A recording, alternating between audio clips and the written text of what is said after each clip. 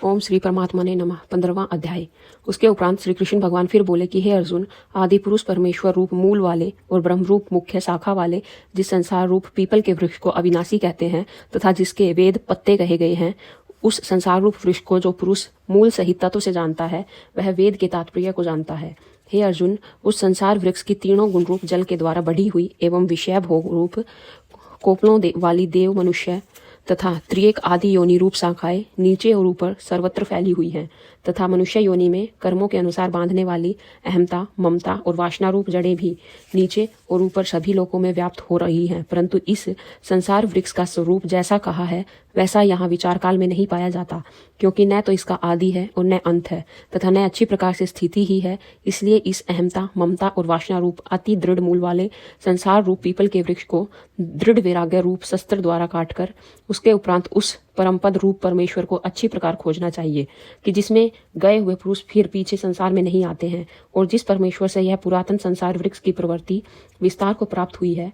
उस ही आदि पुरुष नारायण के शरण में हूँ। इस प्रकार दृढ़ निश्चय करके नष्ट हो गया है मान और मोह जिसका, तथा जीत लिया है आसक्ति रूप दोष जिसने, और परमात्मा के स्वरूप में निरंतर स्थिति जिनकी तथा अच्छी प्रकार से नष्ट हो गई है कामना जिनकी, ऐसे वे सुख दुख नामक द्वंद्वों से विमुक्त हुए ज्ञानी जन उस अविनाशी परम ब्रह्म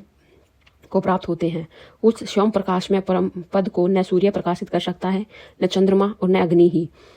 तथा जिस परम पद को प्राप्त होकर मनुष्य पीछे संसार में नहीं आते हैं वही मेरा परम धाम है। हे अर्जुन, इस देह में यह जीवात्मा मेरा ही सनातन अंश है और वही इस त्रिगुणमयी माया में स्थित हुई मन सहित पांचों इंद्रियों को आकर्षण करता है। कैसे कि वायु गंध के स्थान से गंध को जैसे ग्रहण कर लेता है, वैसे ही देह आदि का स्वामी जीवात्मा भी जिस पहले शरीर को त्यागता है उससे इस मन सहित इंद्रियों को ग्रहण करके फिर जिस शरीर को प्राप्त होता है उसमें जाता है। उस शरीर में स्थित हुआ वह जीवात्मा चक्षु और त्वचा को तथा रसना, घ्राण और मन को आश्रय करके अर्थात इन सब के सहारे से ही विषयों को सेवन करता है,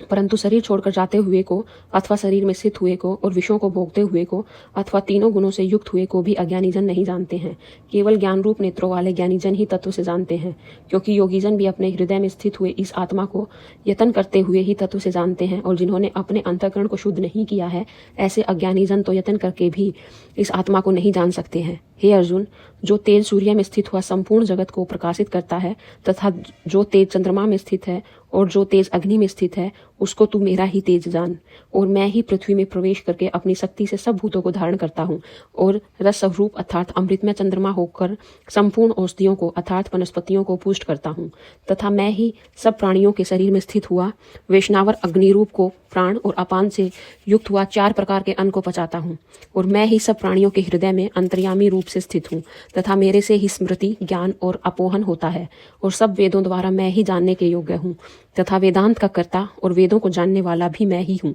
हे अर्जुन, इस संसार में नाशवान और अविनाशी भी यह 2 प्रकार के पुरुष हैं। उनमें संपूर्ण भूत प्राणियों के शरीर तो नाशवान और जीवात्मा अविनाशी कहा जाता है, तथा उन दोनों से उत्तम पुरुष तो अन्य ही है कि जो तीनों लोकों में प्रवेश करके सबका धारण पोषण करता है एवं अविनाशी परमेश्वर और परमात्मा ऐसे कहा गया है, क्योंकि मैं नाशवान जड़वर्ग क्षेत्र को सर्वथा अतीत हूँ और माया में स्थित अविनाशी जीवात्मा से भी उत्तम हूँ,